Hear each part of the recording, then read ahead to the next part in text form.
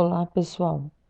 Hoje nós vamos falar de uma das vias celulares mais importantes que existem, a via secretora celular, que, em síntese, é a via de produção de proteínas, de lipídio e a secreção desses mesmos produtos. Três organelas participam da via secretora: o retículo endoplasmático, que se diferencia em retículo endoplasmático liso e rugoso, e o complexo de Golgi. A via secretora tem ainda um papel importante da membrana plasmática. Nós vamos começar falando do retículo endoplasmático rugoso. O retículo endoplasmático é uma organela porque ele é delimitado por membrana e ele guarda um compartimento interno. O retículo endoplasmático se distribui por todo o citoplasma, desde o núcleo até as proximidades da membrana. Trata-se de uma rede tridimensional de túbulos e sacos achatados e interconectados. Trata-se de uma organela única. Retículo endoplasmático rugoso e liso fazem parte de uma mesma organela, porque ele tem uma membrana contínua e uma única cavidade. O retículo endoplasmático tem duas porções distintas: o retículo endoplasmático rugoso e o retículo endoplasmático liso. Nós vamos começar falando do retículo endoplasmático rugoso. O retículo endoplasmático rugoso é uma estrutura membranosa em forma de lamelas e ele se apresenta como vesículas membranosas em forma de vesículas achatadas que se estendem por todo o citoplasma celular e assim assume um aspecto de lâminas paralelas. Essas lâminas paralelas encontram-se associadas aos ribossomos que estão presos à sua membrana externa. Se a gente imaginar, por exemplo, esta imagem, os ribossomos seriam essas estruturas azuis. E essa fita que está presa aos ribossomos azuis estaria representando o RNA mensageiro, que ao ser lido produz as proteínas que estão em vermelho aqui dentro do retículo. Portanto, essa seria a membrana externa e aqui o lúmen do retículo, que é a parte interna do retículo. O retículo endoplasmático rugoso tem esse nome porque ele assume um papel granuloso por estar associado aos ribossomos, à sua membrana externa. Os ribossomos são pequenos grânulos formados por duas fitas de RNA ribossômico. E esse ribossomo ele possui a informação que o capacita para traduzir a fita do RNA mensageiro e a cada trinca de bases, ou seja, a cada 3 bases do RNA mensageiro, o ribossomo tem a capacidade de ligar um aminoácido na cadeia polipeptídica. Essa imagem mostra um RNA mensageiro em vermelho sendo lido ao mesmo tempo por diversos ribossomos. Então, ao passar por diversos ribossomos, ele vai sendo lido e vai possibilitando a formação das cadeias polipeptídicas. E ao final desses ribossomos, a cadeia polipeptídica terminada se desliga dos ribossomos. Percebam que os ribossomos, eles possuem duas subunidades, uma subunidade maior e uma subunidade menor, e se associa assim a um 8 que se prende à fita de RNA mensageiro. Os polipeptídeos proteicos são fabricados no ribossomo e, ao mesmo tempo, eles já vão sendo injetados nas cisternas do retículo endoplasmático rugoso. Essa injeção só é possível graças à presença do peptídeo sinal. O peptídeo sinal ele vai conduzir as proteínas até o lúmen do retículo. O peptídeo sinal é uma sequência que possui entre 15 e 30 aminoácidos e que geralmente está localizado na região amina terminal das proteínas. Aqui, por exemplo, nós temos vários peptídeos sinais de diversos componentes celulares. Por exemplo, esse é o peptídeo sinal de um hormônio do crescimento humano. Esse é o peptídeo sinal da proinsulina humana. E as letras representam os aminoácidos que estão ligados a essa cadeia. Assim, à medida que o ribossomo vai lendo a fita de RNA mensageiro, o peptídeo sinal é o primeiro a ser produzido. Logo atrás dele vem a cadeia proteica, e ele faz com que os canais da membrana, né, os poros de membrana se abram e permitam que essa fita proteica seja injetada no lúmen do retículo. Assim que a cadeia proteica, assim que o peptídeo sinal, ele penetra no interior das vesículas do retículo, ele é clivado e ele vai ser então descartado e ficando apenas a cadeia polipeptídica. Essa imagem representa um retículo endoplasmático completo. O retículo endoplasmático rugoso, representado aqui em vermelho, preso aos túbulos do retículo endoplasmático liso, que estão em amarelo. O interior das cisternas do retículo, tanto do liso quanto do rugoso, é chamado do lúmen do retículo, e no caso do retículo endoplasmático rugoso, é por aí que circulam as proteínas. Dessa forma, o retículo endoplasmático rugoso se comporta como um grande sistema circulatório da célula, e ele tem a capacidade de transportar as proteínas de um lado para o outro do citoplasma celular, inclusive possibilitando que essas proteínas cheguem até as vesículas do Golgi, que é a organela responsável pela sua secreção e que nós vamos falar um pouquinho mais tarde. A quantidade de retículo endoplasmático rugoso é diretamente proporcional à intensidade da síntese proteica de uma célula. Ou seja, quanto maior a capacidade de síntese de uma célula, maior a quantidade de retículo endoplasmático rugoso que ela possui. Essa imagem é uma imagem de microscopia eletrônica de transmissão de um citoplasma celular, mostrando aqui as cisternas, as longas cisternas do retículo endoplasmático rugoso. Imersa no retículo endoplasmático rugoso está uma grande mitocôndria e aqui em cima alguns lisossomos. O retículo endoplasmático tem então essa característica de longas cisternas com essa característica granulosa por causa da presença desses ribossomos que se encontram aderidos às suas membranas externas. Num aumento menor, nós vemos como as cisternas do retículo endoplasmático rugoso se distribuem por todo o citoplasma celular. Nós podemos dizer que a célula da qual foi retirada essa fotografia é uma célula com intensa capacidade de síntese de proteína, porque ela possui uma grande quantidade de cisternas do retículo.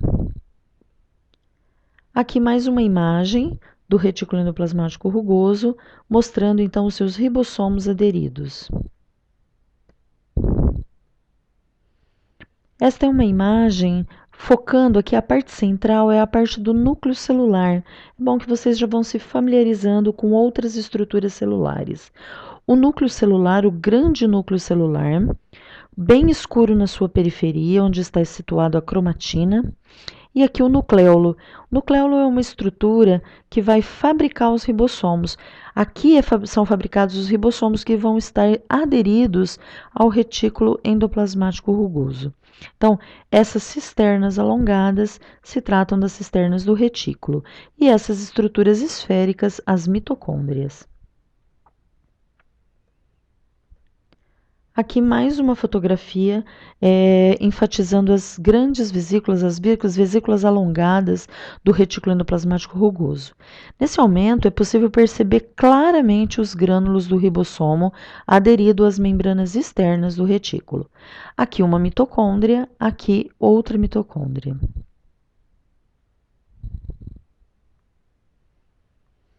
Esta é uma imagem de um neurônio. Um neurônio que é uma célula nervosa. E aqui não é, está representado o axônio, né? Está aqui do lado, e aqui o citoplasma dessa célula, mostrando que o neurônio também é uma célula com grande capacidade de síntese proteica, porque ele se mostra bastante rico em retículo endoplasmático rugoso. Percebam o núcleo fortemente marcado dessas células com uma cromatina bem condensada na periferia do núcleo. Essa cromatina aderida aí à membrana interna da carioteca. O retículo endoplasmático rugoso tem uma única função: a síntese e o transporte de proteína dentro do citoplasma celular. Ele apresenta uma única função porque a demanda de síntese de proteína é realmente muito grande dentro da célula eucarionte, diferente, por exemplo, do retículo endoplasmático liso, cuja principal função é a síntese de lipídios. Mas a demanda de lipídios na célula eucarionte não é tão grande quanto a demanda de proteína. Por causa disso, o retículo endoplasmático liso assume então outras funções dentro da célula eucariótica. O retículo endoplasmático liso é formado por uma rede de tubos curtos, intensamente ramificados e interconectados, diferente das longas lamelas do retículo endoplasmático rugoso. Esses tubos são sempre bastante curtinhos, por isso eles vão aparecer na microscopia eletrônica sempre como tubos bem pequenos. E eles estão completamente desprovidos de ribossomos, ou seja, não tem esse aspecto granuloso, como mostra a imagem aqui.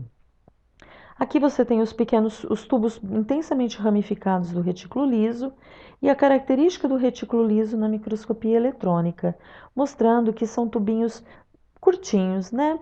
Pouca coisa, alongados em algumas situações, porque realmente não há longos tubos formando o retículo endoplasmático liso. As funções do retículo endoplasmático liso. Como disse, o retículo liso ele assume outras funções além de síntese de lipídios, que é a sua função central. Então vamos a essas funções. Primeiro, claro, e talvez a mais importante função do retículo liso, a síntese de hormônios, de lipídios esteroides. Os lipídios esteroides são lipídios que não produzem ácidos graxos, que não possuem ácidos graxos nas suas estruturas. E os lipídios esteroides são muito comuns nos hormônios, na constituição dos hormônios. Uma outra função assumida pelo retículo endoplasmático liso é a síntese das lipoproteínas. A lipoproteína é um conjunto de compostos de proteína e lipídio que estão organizados para facilitar o transporte de lipídio pelo plasma sanguíneo, uma vez que a maioria dos lipídios são hidrofóbicos.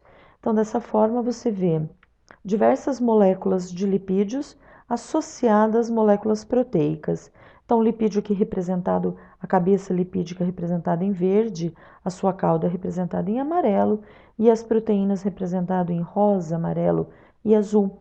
Então, essa associação permite uma facilitação na hora do transporte dos lipídios.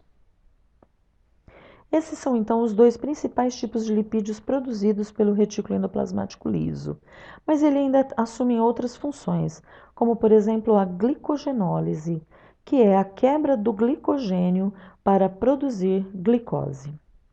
Eu já havia dito para vocês, naquela aula de química celular, que quando a gente tem glicose sobrando no nosso organismo, essa glicose ela é acumulada no fígado e no músculo estriado esquelético na forma de glicogênio. Quando o nosso organismo necessita de glicose, essa glicose é obtida através desse glicogênio que está armazenado.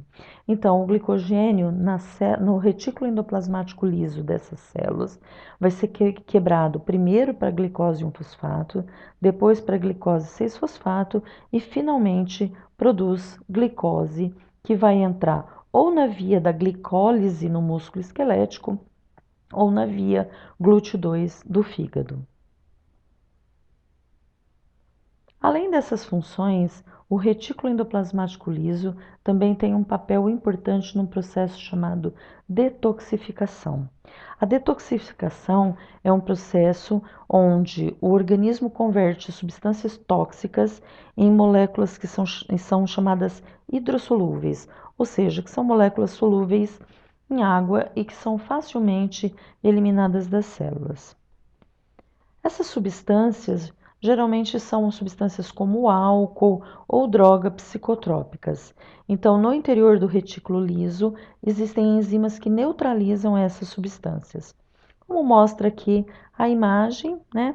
São essas as enzimas, glicose 6-fosfatase, citocromo P450 e outras enzimas que têm a capacidade, então, de quebrar essas moléculas, tornar essas moléculas em moléculas solúveis em água e fazer a sua eliminação. E ainda, o retículo endoplasmático liso apresenta uma outra função, que é o acúmulo e a liberação dos íons de cálcio. O íon de cálcio ele é essencial para que ocorra a contração do músculo, tanto o músculo esquelético quanto o músculo cardíaco. Portanto, a célula gasta energia e armazena esses íons de cálcio no interior das vesículas do retículo liso. Então, o cálcio que entra na célula por difusão comum tende naturalmente a entrar em equilíbrio.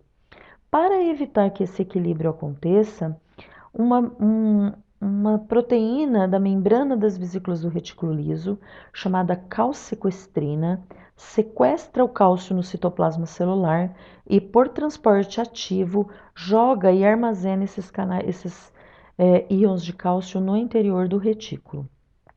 Sendo assim, nunca o equilíbrio é atingido e os íons de cálcio continuam a penetrar no interior do citoplasma celular. No momento da contração muscular, esses canais de cálcio, representados aqui por essa proteína, se abrem e liberam os íons de cálcio para o citoplasma para permitir a contração do músculo estriado esquelético ou do músculo cardíaco. Esse é o aspecto que o retículo liso tem nas fotografias de microscopia eletrônica. Então, nota-se que não há aquela característica granulosa que a gente via no retículo endoplasmático rugoso e o retículo liso aparece apenas como esses tubinhos curtos.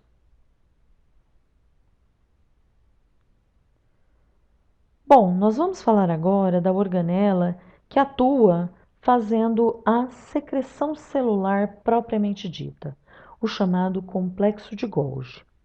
O Golgi é o responsável por modificar, empacotar e transportar para fora da célula as proteínas produzidas no retículo endoplasmático rugoso e os lipídios produzidos pelo retículo endoplasmático liso. O Golgi é formado por uma sequência de bolsas membranosas que são achatadas e empilhadas. Essa pilha é curva e ela apresenta uma face côncava, que está aqui embaixo, e uma face convexa, que está em cima da pilha. A face convexa do Golgi, que aqui no caso é essa que está em cima, é chamada de face cis e ela é a face de entrada de substância na célula. Então, substâncias que vêm lá do retículo endoplasmático entram pela face cis do Golgi. Uma vez que uma substância penetra nas vesículas do Golgi, ela passa por todas essas bolsinhas e vai sair pela face trans, que é a face oposta, que é a face côncava. E a face côncava, então, ela vai originar as vesículas secretoras, que é a face de saída de substâncias da célula. O complexo de Golgi é, em geral, único e normalmente fica localizado ao lado do núcleo, próximo à região do centrosomo, que é o local onde estão situados os centríolos. O complexo de Golgi é cercado por diversas vesículas esféricas, que têm por volta de 60 nanômetros de diâmetros. Circulam por aí 4 tipos diferentes de vesículas. Primeiro, as chamadas vesículas transportadoras. Nós temos 3 tipos de vesículas transportadoras. Aquelas que transportam material do retículo para o Golgi. Então, como representado na imagem. Aqui está o retículo endoplasmático rugoso.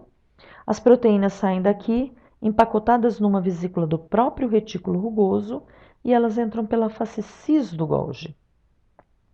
Quando essas vesículas do retículo entregam a proteína no Golgi, essas vesículas se reorganizam e retornam ao retículo endoplasmático rugoso. Existe depois um outro tipo de vesícula transportadora, que é a vesícula que transporta substâncias entre uma cisterna do Golgi e a outra, né? Então, a substância ela é empacotada nessa cisterna, numa vesícula, e ela transporta a substância para outras cisternas, e assim sucessivamente. Como eu já havia dito, existem cada substância que penetra aí, ela passa por todas as vesículas, né? Então, ela precisa dessa vesícula transportadora, visto que algumas cisternas do Golgi não se conectam entre si. Um terceiro tipo de vesícula transportadora é aquela que transporta uma substância do Golgi para uma outra organela, como, por exemplo, substâncias que vão atuar, por exemplo, na mitocôndria. Então, essas vesículas são formadas no Golgi e aí são transportadas para uma outra organela, como, por exemplo, a mitocôndria. Esses são os três tipos de vesículas transportadoras. E nós temos ainda um quarto tipo de vesícula, a vesícula chamada secretora. As vesículas secretoras são aquelas que levam proteínas e lipídios até a membrana plasmática e aí vai ser eliminado no meio externo. Então, recapitulando, nós temos aqui o retículo rugoso como exemplo. As proteínas produzidas aqui são empacotadas em vesículas do retículo, que entram pela face cis do Golgi, passam por todas as membranas, todas as bolsinhas do Golgi, saem pela face trans, empacotada em vesículas secretoras, se fundem com a membrana plasmática e jogam essa substância para fora da célula. Cada bolsinha dessa do Golgi é chamada de dictiosomo, e quanto maior a capacidade de secreção de uma célula, maior a quantidade de dictiossomos. Então, uma célula que produz muita proteína e exporta essa proteína possui uma grande quantidade de dictiossomos do Golgi. O complexo de Golgi é ainda o responsável pela formação de uma organela. O Golgi é o responsável pela formação dos lisossomos. Então, como eu já disse para vocês na aula de lisossomos, o lisossomo é a única organela que não é formada a partir de um lisossomo pré-existente, de uma organela pré-existente, né? As enzimas presentes no lisossomo são todas proteínas, portanto, são produzidas pelo retículo endoplasmático rugoso. Essas proteínas entram no Golgi, o Golgi as empacota numa vesícula especial e armazena no citoplasma, no formato de lisossomo primário. Outra função do Golgi é que ele é o responsável pelo processamento das proteínas que foram fabricadas no retículo endoplasmático rugoso. Essa é uma fotomicrografia de microscopia eletrônica mostrando os dictiossomos do Golgi, mostrando claramente a face cis, que é a fase convexa, que é a face de entrada de substância no Golgi, e depois a face trans, que é a face de saída de substâncias no Golgi. Provavelmente essa célula que estamos vendo aqui não é uma célula com grande capacidade secretora, visto que existem poucos dictiossomos e poucas também vesículas de secreção. Ao contrário desta, que apresenta muitos dictiossomos empilhados, claramente empilhados, e uma grande quantidade de vesículas secretoras na face trans. Então, nós temos aqui a face de entrada de substâncias no Golgi, cheio de vesículas, que é a face cis, e aqui, cheio de vesículas secretoras, a face trans. Aqui está um Golgi que pode parecer difícil para que a gente identifique qual é a face cis e qual é a sua face trans. Porém, existe uma forma muito simples de reconhecer a face cis e trans do Golgi. A face trans, que é a face de saída de substância, está sempre voltada para a superfície da membrana plasmática, o que facilita o transporte de substâncias e a secreção celular. O mesmo caso desce. Aqui está o núcleo. Próximo do núcleo sempre estará o retículo endoplasmático rugoso. Essa é a face cis, essa é a face trans, voltada para à superfície da membrana plasmática, que vai facilitar a saída dessas substâncias. Essa é uma imagem mostrando o Golgi corado em microscopia óptica. Essas células são células do epidídimo de rato e essas células do epidídimo de rato foram coradas com nitrato de prata. E tudo que foi aqui corado com prata são vesículas do complexo de Golgi. Esta é uma imagem de microscopia eletrônica de varredura mostrando os dictiossomos do Golgi empilhados. Bom, o complexo de Golgi é o responsável pelo processamento de proteínas. Esse processamento ele é necessário uma vez que a maioria das proteínas sintetizadas pelo retículo endoplasmático rugoso, elas são produzidas inativas e só são ativadas no momento da sua exportação. Cada proteína é ativada de uma maneira diferente. Algumas proteínas são ativadas por fosforilação, ou seja, pela ligação de um fosfato na sua molécula. Outras proteínas só são ativadas pela adição de uma galactose à sua molécula, por exemplo. Cada dictiossomo do Golgi possui então uma função diferente. Percebam que as vesículas do Golgi que executam uma função distinta são sempre 5. Por isso, o Golgi ele tem sempre uma quantidade de dictiossomos múltiplos de 5. Quando um Golgi é pouco desenvolvido, ele tem 5 dictiossomos. Quando ele é mais desenvolvido, ele vai ter 10, 15, 20, mas sempre múltiplos de 5. Cada uma dessas vesículas, dessas 5 vesículas, possui uma função diferente e uma forma diferente de ativar essas proteínas. Por isso que as proteínas sintetizadas pelo retículo são obrigadas a passar por todos os dictiossomos até que são secretadas ou então empacotadas na forma de lisossomos.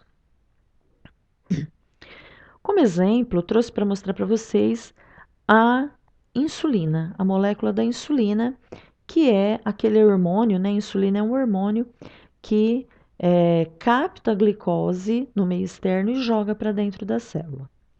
Quando a insulina ela é produzida no interior do retículo endoplasmático rugoso das células do pâncreas, que é o órgão que produz a insulina, ela é chamada de pré-pró-insulina. E essa pré-pró-insulina, ela possui aqui nas laterais o peptídeo sinal, que vai fazer com que ela seja injetada nas vesículas do retículo rugoso, e lá mesmo no retículo rugoso, esse peptídeo sinal é retirado. Resta agora a proinsulina, formada por essas duas estruturas vermelhas e essa em amarelo, e ela sofre um dobramento. É essa proinsulina que vai ser empacotada nas vesículas do retículo rugoso e vai chegar até o Golgi. Porém, essa estrutura amarela, conhecida como peptídeo C, inativa a insulina e impede que ela entre em ação enquanto isso não for retirado. Lá nas vesículas do Golgi, o peptídeo sinal ele é clivado e retirado, o que deixa a insulina, que é a estrutura em vermelho, a insulina final agora ativada e pronta para ser secretada. Essa é a representação da insulina completa, mostrando aqui o peptídeo sinal, que é o que inativa a proteína, com a sua sequência linear de aminoácidos. Sobra então a cadeia A e a cadeia B, ligadas por pontes de sulfeto, que mantém a insulina ativa. Né? Então, uma vez retirado o peptídeo sinal, a insulina ela está ativada.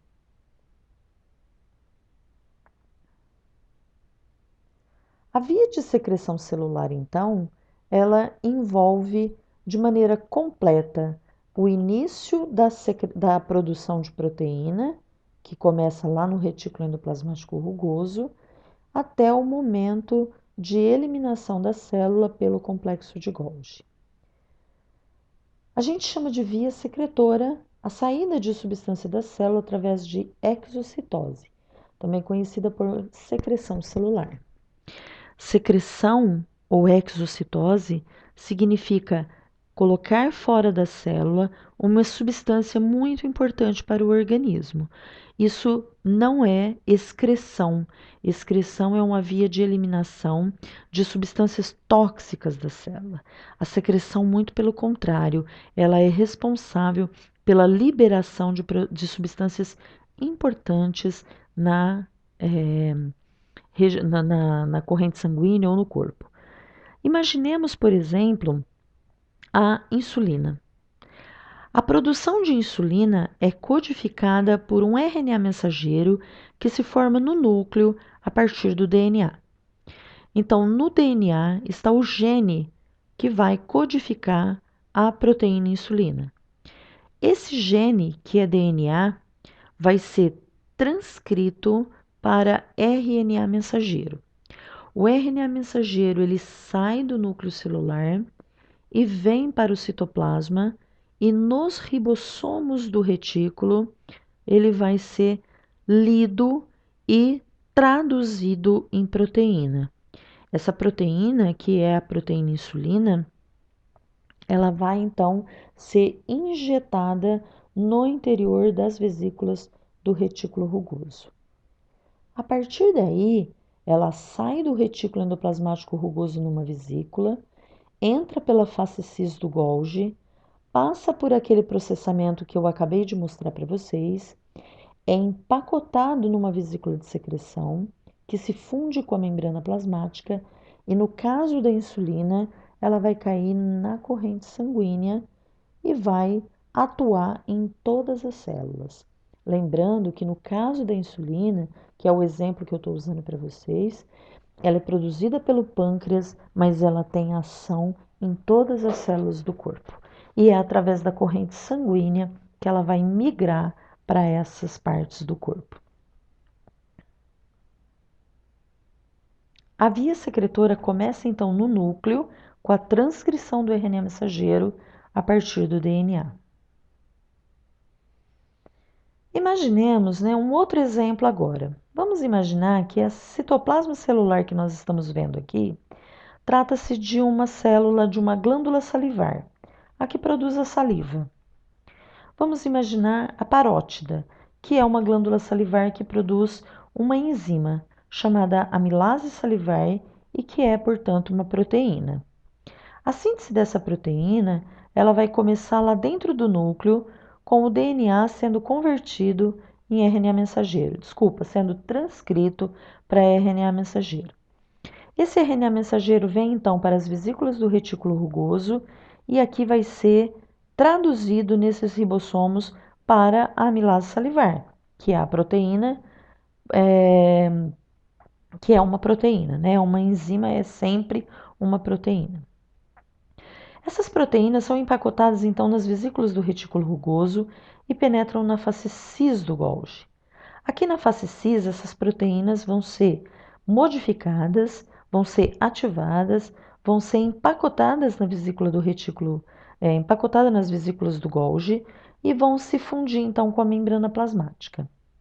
No caso das glândulas salivares, que são glândulas exócrinas, o produto de secreção delas não é jogado na corrente sanguínea, mas vai ser lançado em um ducto e esse ducto vai trazer a saliva então até a cavidade da boca.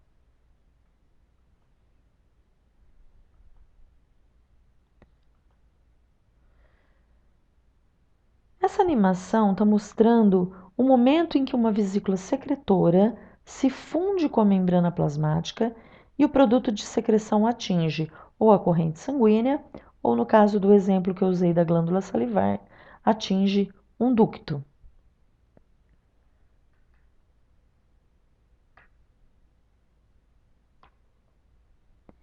Note que os lipídios da vesícula secretora se fundem com os lipídios da membrana plasmática, mas, num segundo momento, essa vesícula secretora se reorganiza e retorna ao complexo de Golgi.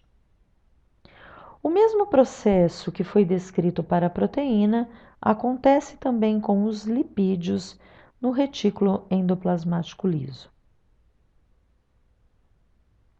Está uma imagem do Golgi com grandes vesículas secretoras sendo formadas. Essa imagem é uma imagem de microscopia eletrônica de transmissão, mostrando grânulos de proteína que estão sendo secretados por essa célula. Esses grânulos são de proteína porque na microscopia eletrônica os grânulos de proteína eles ficam bastante escuros, né? São grânulos enegrecidos, enquanto os grânulos de lipídio são claros. Por isso que eu afirmei que isso são grânulos de proteína. Portanto, foram produzidas pelo retículo endoplasmático rugoso, empacotados pelo Golgi e elas estão indo em direção à membrana plasmática para saírem secretadas. Por exemplo, essa imagem é uma imagem de microscopia eletrônica das células do pâncreas, contendo grânulos de secreção da insulina, que é a proteína que vai ser secretada nesse caso. Aqui mais uma. Aqui, nessa imagem, nota-se claramente o lúmen, sendo que o lúmen pode ser um ducto, se a glândula for exócrina, ou esse lúmen pode ser também o lúmen de um vaso sanguíneo, como é o caso dessa imagem, porque essa imagem ela é uma célula do pâncreas. Portanto, isso daqui é um hormônio, né? O hormônio que vai dar origem à insulina. E essas células vão ser jogadas então no lúmen de um vaso sanguíneo. Percebam então o núcleo dessa célula aqui embaixo, um polo claramente, né, basal, formado por as vesículas extensas do retículo rugoso e aqui os grânulos de secreção que foram empacotados pelo Golgi, que está aqui. Essa célula é uma célula de uma glândula chamada suprarrenal. A suprarrenal é uma glândula produtora de hormônios que fica em cima do rim. A suprarrenal, ela é uma grande produtora de lipídios. Então, o que está marcado em L são grânulos de lipídio. Percebam então que os grânulos de lipídio, eles ficam brancos, na microscopia eletrônica de transmissão. Isso permite que a gente diferencie os grânulos de lipídio dos grânulos de proteína.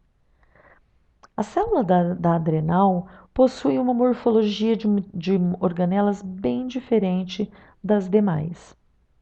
Como nós podemos perceber, as mitocôndrias bem arredondadas e esse Golgi em formato de digital, bem característico das células da adrenal.